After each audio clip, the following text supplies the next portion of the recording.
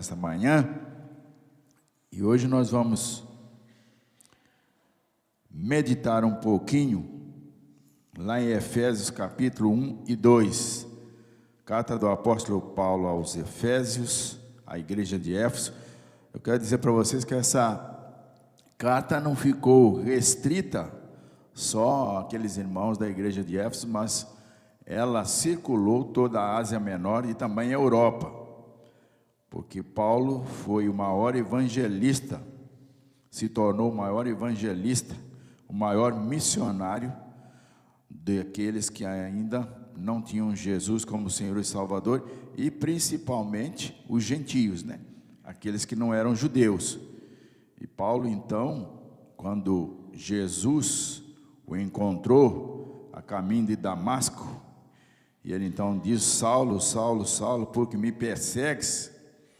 Na verdade, Jesus tinha uma missão especial para aquele homem. Um homem que perseguia os cristãos, um homem que mandava matar.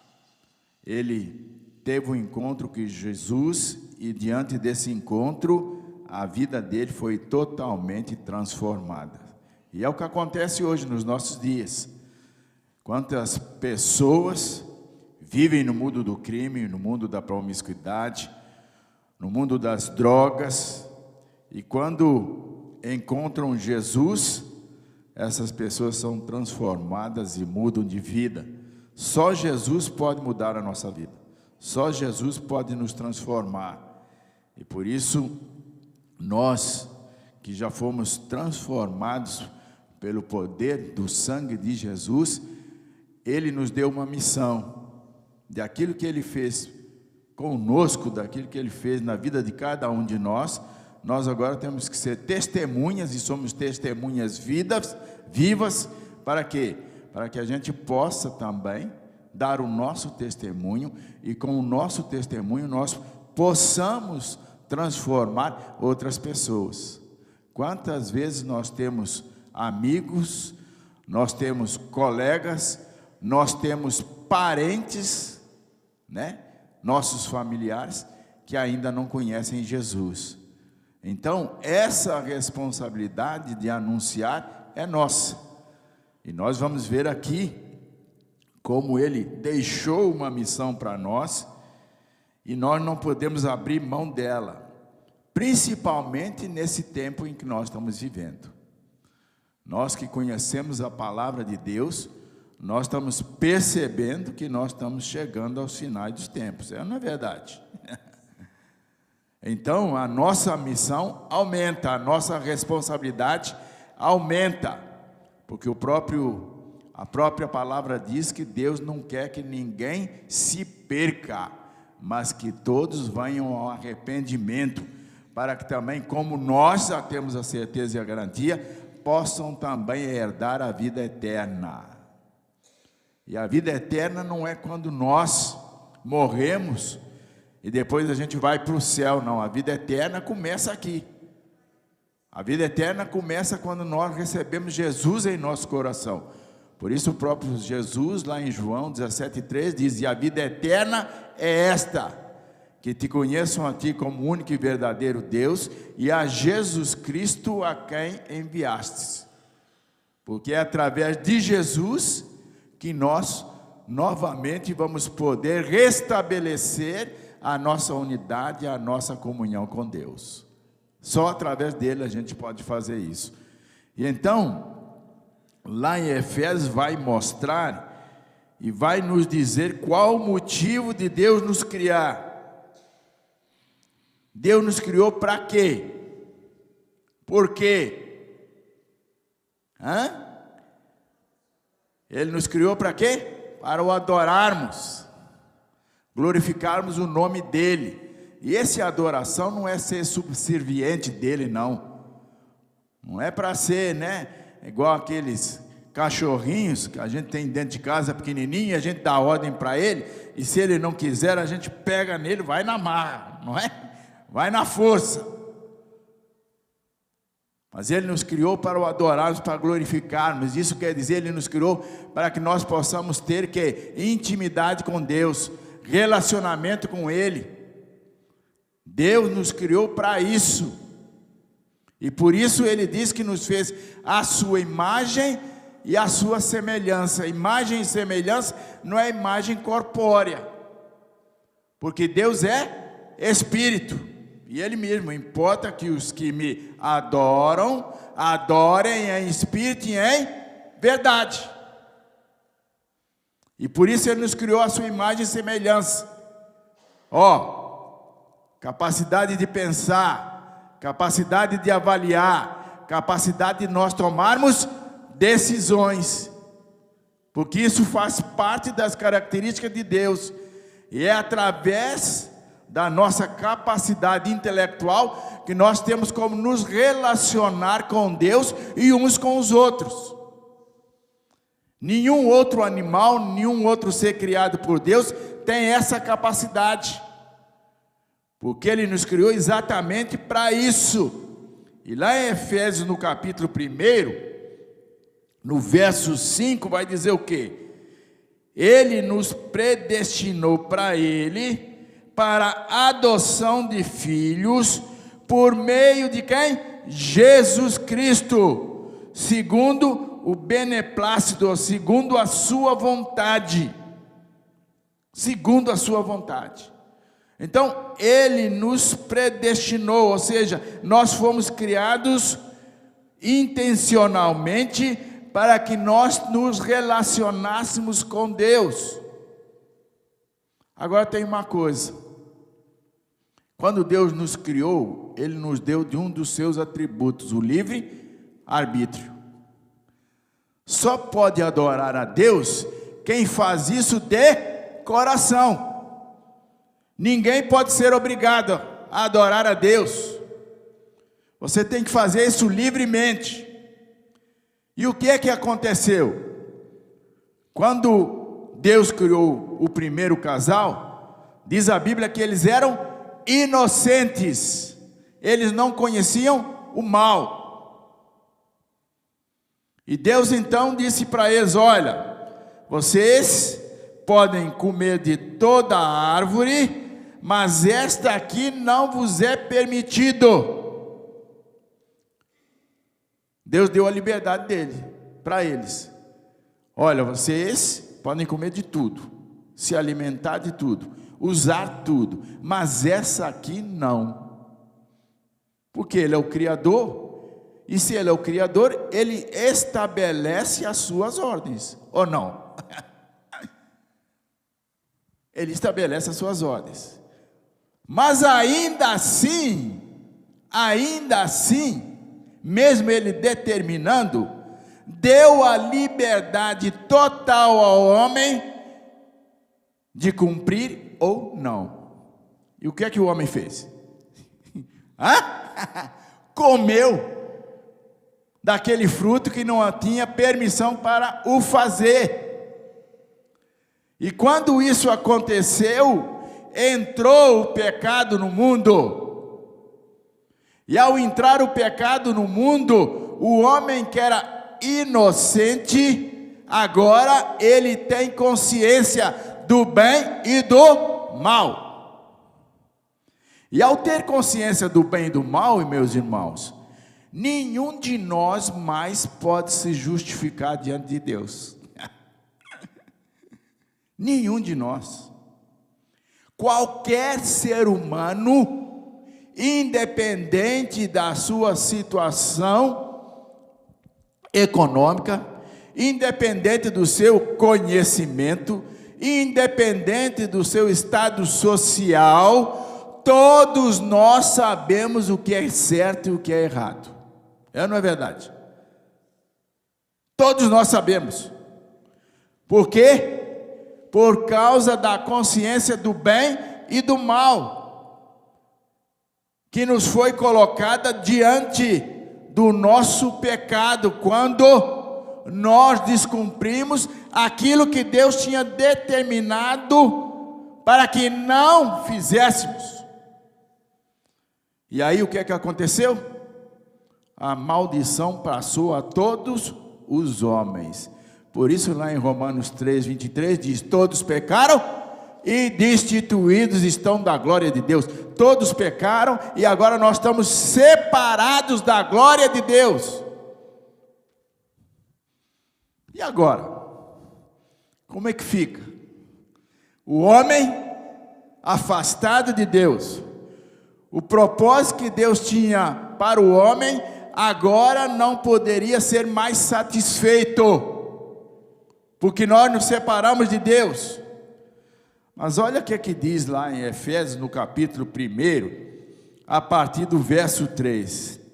O nosso Deus é tão misericordioso, o nosso Deus é tão bondoso, que Ele, na sua presciência, já sabia que nós haveríamos de pecar, já sabia que nós haveríamos de falhar. E então Ele diz assim, olha, a partir do verso 3: bendito Deus e Pai de nosso Senhor Jesus Cristo, que nos tem abençoado com toda a sorte de bênção espiritual nas regiões celestiais em Cristo. Ou seja, Deus, na sua presciência, sabia que nós haveríamos de pecar, e que ao pecarmos nós nos separaríamos de Deus. Mas na sua infinita misericórdia, e lá nas regiões celestiais, Ele toma a decisão de resgatar o homem.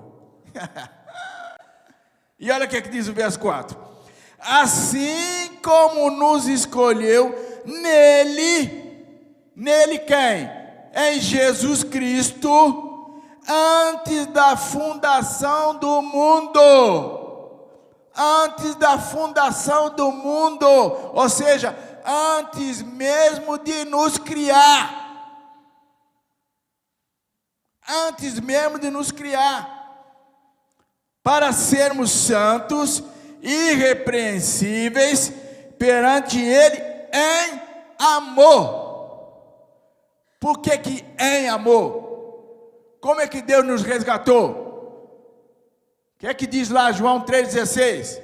Porque Deus amou o mundo de tal maneira que deu seu Filho unigênito, para que todo aquele que nele crê não pereça, mas tenha a vida eterna.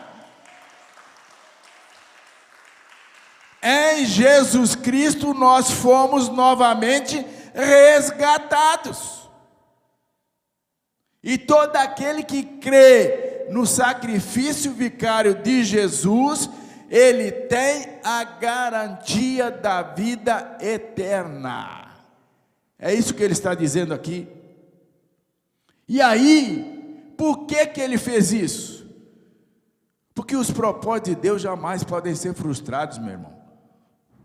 Se Deus tem um propósito na sua vida, pode acontecer o que for, mas os propósitos deles vão se cumprir na sua vida. Não tenha dúvida disso.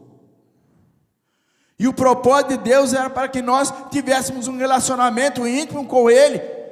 E por isso Ele entrega o seu próprio Filho antes da fundação do mundo, ou seja, antes mesmo de nos criar. Deus preparou o resgate do ser humano. Por quê? Porque nós fomos separados e nós fomos criados para termos relacionamento com Ele, intimidade com Ele, comunhão com Ele. E Ele continua no verso 6: para quê? Para louvor da sua glória, graças que Ele nos concedeu gratuitamente no amado, para louvor da sua graça. Nós fomos criados para louvar, para glorificar o seu santo nome. Nos concedeu gratuitamente no amado, nos concedeu em Jesus Cristo. Essa é a mensagem que nós temos que anunciar. Essa é a mensagem que nós temos que propagar. Essa é a mensagem que tem que caminhar conosco. Essa mensagem não adianta só dizer para os outros, mas ela tem que fazer parte da minha vida. Essa mensagem do Evangelho, essa mensagem de Cristo, ela tem que andar, sabe como? Com o meu caminhar. Ela tem que andar com a minha atitude, ela tem que caminhar com a minha palavra. Nós somos testemunhas vivas de Jesus Cristo, e muitas vezes isso não acontece nas nossas vidas, porque nós não testificamos do amor dele. Nós somos separados do mundo, nós não somos mais deste mundo, estamos aqui com um propósito definitivo, definido por Deus, para que nós possamos, através das nossas vidas, aonde nós estivermos, na nossa comunidade, nas nossas relações, nós possamos falar desse amor. Mas falar desse amor como? Eu só simplesmente falar? Não, falar desse amor através da minha própria vida, onde as pessoas vão ver, aquela pessoa é diferente, aquela pessoa tem algo que nós não temos. E aí ele continua e diz assim: no qual temos a redenção, verso 7, pelo sangue e remissão dos pecados, segundo a riqueza da sua graça. Segundo a riqueza da sua graça, é misericórdia, é amor, não é pelos nossos méritos, porque ai de nós, se fosse pelos nossos méritos, nenhum de nós escaparia. E por isso o apóstolo Paulo, lá no capítulo 2, verso 8 e 9, vai dizer: pela graça nós somos salvos, mediante o quê? A fé. Pela graça sois salvos mediante a fé. Isso não vem de vocês, não foi por nossa intenção, não foi por nosso querer, não foi por nosso desejo, mas a fé que Deus colocou dentro de nós. Pela graça sois salvos mediante a fé, isso não vem de vós, é dom de Deus. É Deus que nos dá essa fé, para que nós possamos enxergar o amor dele, e reconhecer Jesus como Senhor, Jesus como Salvador, Jesus como Messias. Só ele pode fazer isso. Pela graça sois salvos mediante a fé, isso não vem de vós, é dom de Deus, não vem das obras, para que ninguém se glorie. Muitas vezes nós achamos que fazermos boas obras é suficiente para alcançarmos a eternidade, mas a palavra de Deus está dizendo que isso não é realidade, isso não é verdade. Não estou dizendo aqui que nós não devemos fazer boas obras, mas as boas obras, elas não podem ser meio para nos levar à salvação. As boas obras são consequência daquilo que Jesus fez nas nossas vidas. A graça, o mecanismo, a fé, o meio. E porque agora nós fomos alcançados por essa graça, e agora ela faz parte da nossa vida, nós somos impulsionados a exercitar o amor de Deus em nossas vidas, para com os nossos semelhantes. Interessante, se você for olhar nos evangelhos, qual foi a maior das perguntas dos líderes religiosos para Jesus? Todas as vezes que eles se encontravam com Jesus, e eles, para provocar Jesus, sempre eles diriam e questionavam Jesus: qual é o maior dos mandamentos? Você já viu várias vezes? Eles questionavam Jesus: qual é o maior dos mandamentos? E o que é que Jesus respondeu? Amarás o Senhor teu Deus de todo o teu coração, com todo o teu conhecimento, com todas as tuas forças. E o segundo, semelhante a este: amarás o teu próximo como a ti mesmo. Fazendo isto, cumpres toda a lei. Fazendo isto, cumpres toda a lei. Então, o mesmo amor que nós fomos alcançados por Deus através de Jesus, nós também agora devemos exalar esse amor para aquelas pessoas com quem nós convivemos. E a palavra de Deus continua, no verso 8, que Deus derramou abundantemente, mais do que suficiente, sobre nós em toda a sabedoria e prudência, discernimento. Ele nos deu discernimento. Verso 9, desvendando-nos o mistério da sua vontade, segundo o seu beneplácito, que propusera em Cristo. Ele desvendou, foi desvendado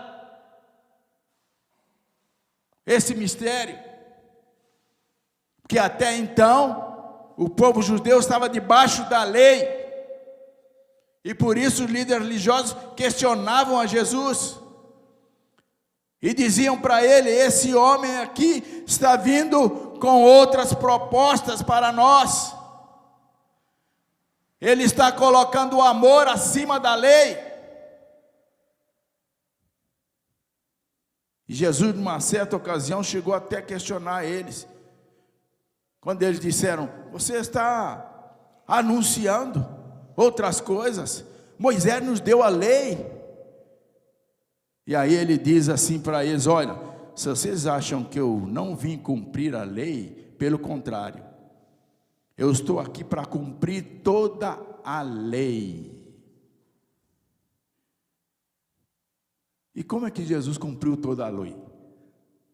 Através do amor. Através do amor ele cumpriu toda a lei. E ele destruiu todo o discurso daqueles homens que se diziam líderes religiosos, daqueles homens que conheciam a lei mesmo, mas que infelizmente a conheciam, mas não a praticavam. Você quer ver um negócio? Muitos de nós talvez não saibamos, mas olha lá a palavra de Deus em Mateus, porque o que é que aconteceu? Mateus capítulo 5, o que é que aconteceu? Ao longo dos anos, a lei que Deus dera a Moisés, ela foi adulterada. Eles adulteraram a lei de Moisés. E adulteraram por quê? Porque eram homens preconceituosos, eram homens que julgavam as outras pessoas, eram homens que tinham interesses, porque eles estavam aliados ao governo de Roma, e agora não mais eles cuidavam da casa do Senhor, mas pelo contrário, estavam muito mais interessados em atender os desejos de Roma. E ao longo dos anos eles mudaram a lei de tal maneira que ficou totalmente fora do padrão que Deus estabeleceu. E lá, só para vocês verem, a palavra de Deus diz assim, lá em Mateus capítulo 5, verso 21, Jesus falando com esses líderes religiosos: ouviste que foi dito aos antigos, não matarás, e quem matar estará sujeito a julgamento. Eu, porém, vos digo que todo aquele sem motivo se irá contra seu irmão está sujeito a julgamento, e quem proferir um insulto a seu irmão está sujeito a julgamento de tribunal, e quem lhe chamar tolo está sujeito ao inferno de fogo. Olha como é que a lei foi alterada. Quer ver? Verso 27. Jesus contestando aqueles líderes religiosos: ouviste o que foi dito, não adulterarás. Eu, porém, vos digo, qualquer que olhar para a mulher com intenção impura no coração, já adulterou com ela. Totalmente diferente, né? Olha lá, verso 38.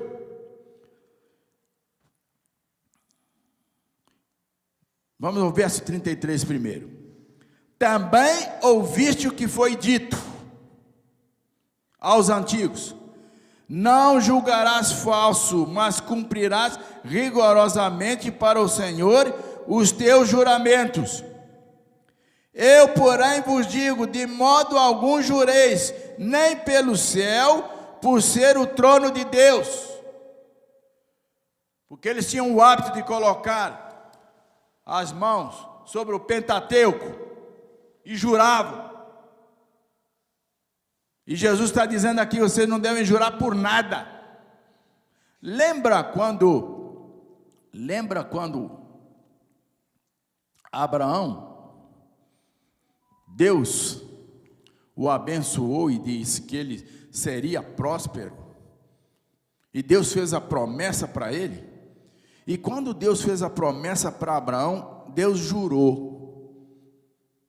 E quando fez o juramento, ele fez o juramento com ele mesmo, por ele mesmo. Quando a gente casa, a gente faz juramento, né? De fidelidade, né? Mas às vezes, nos dias de hoje, está pior ainda, né? Esse juramento é quebrado, às vezes não dura nem 2 anos, nem 3 anos, acaba logo.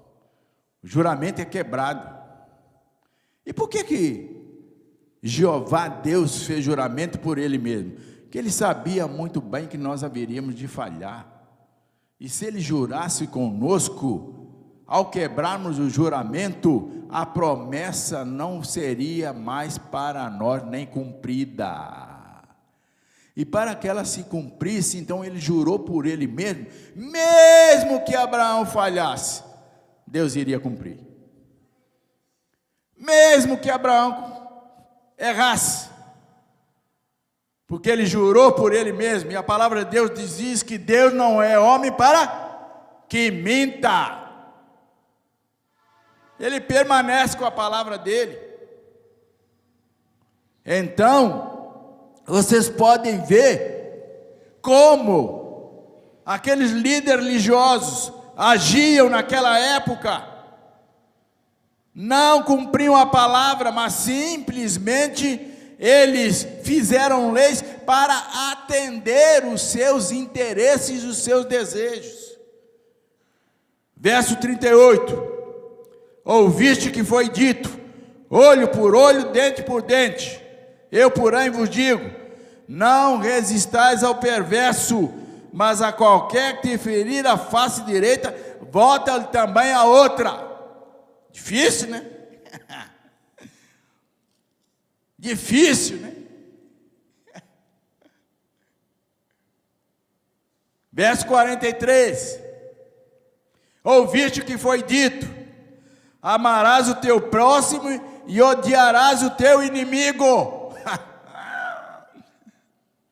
Amarás o teu próximo e você odeia o seu inimigo. Eu, porém, vos digo, amai os vossos inimigos e orai pelos que vos perseguem, para que vos torneis o quê?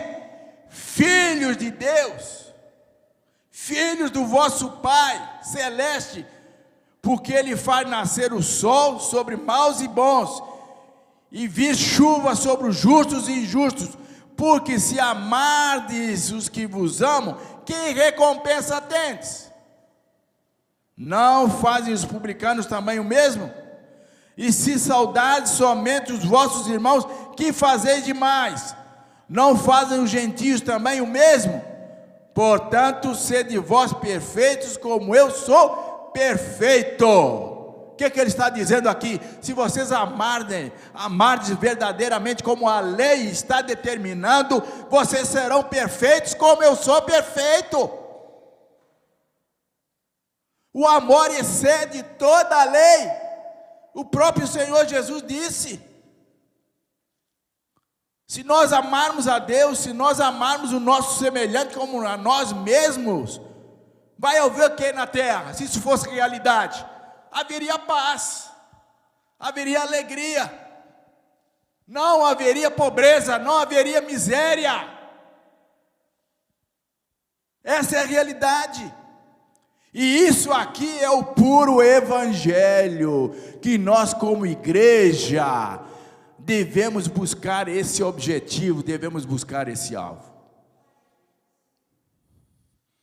Parece que estamos longe, né?